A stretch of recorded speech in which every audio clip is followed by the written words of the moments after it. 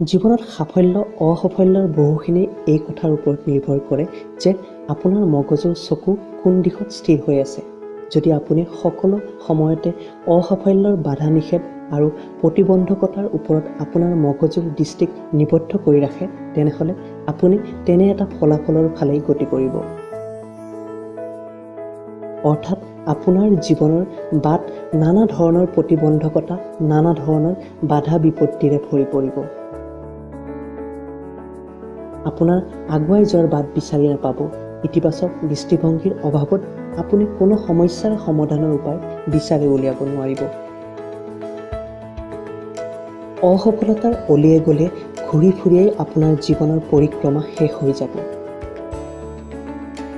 ব্যৰ্থতাৰ বোকাৰে লুতুৰি পুতুৰি হৈ পৰিব আপোনাৰ জীৱনৰ শৰীৰ। আমাৰ জীৱনটো আমাৰ বাবে এখন চাইকেলৰ লেখীয়া। আমি জীৱন নামৰ চাইকেলখনৰ পিঠিত উঠি ঘূৰি ফুৰিছোঁ।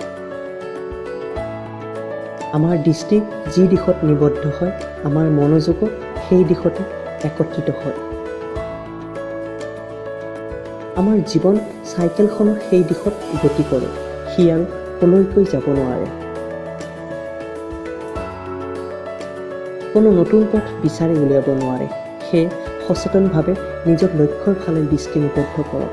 নিজৰ লক্ষ্যত সম্পূৰ্ণ মনোযোগ একত্ৰিত কৰক। আপুনি যিফালে চাব, সিয়েই যিহেতু আপোনাৰ লক্ষ্যত পৰিণত হ'বগৈ, সেয়ে সঠিক দিশত দৃষ্টি নিবদ্ধ কৰক। সঠিক কামত মনোযোগ দিয়ক। তেনে কৰিব পাৰিলে আপুনি আপোনাৰ লক্ষ্যত সহজে উপনীত হ'বগৈ পাৰিব।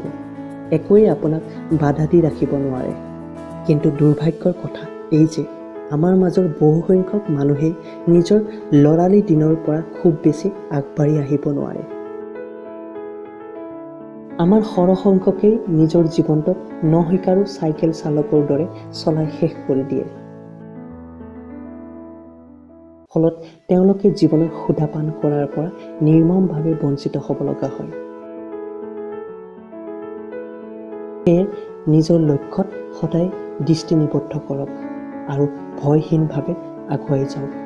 আৰু এনে বিশ্বাস যদি আপুনি নিজৰ মাজত আনিব পাৰে, আপুনি যিকোনো লক্ষ্যতে উপনীত হ'ব পাৰিব।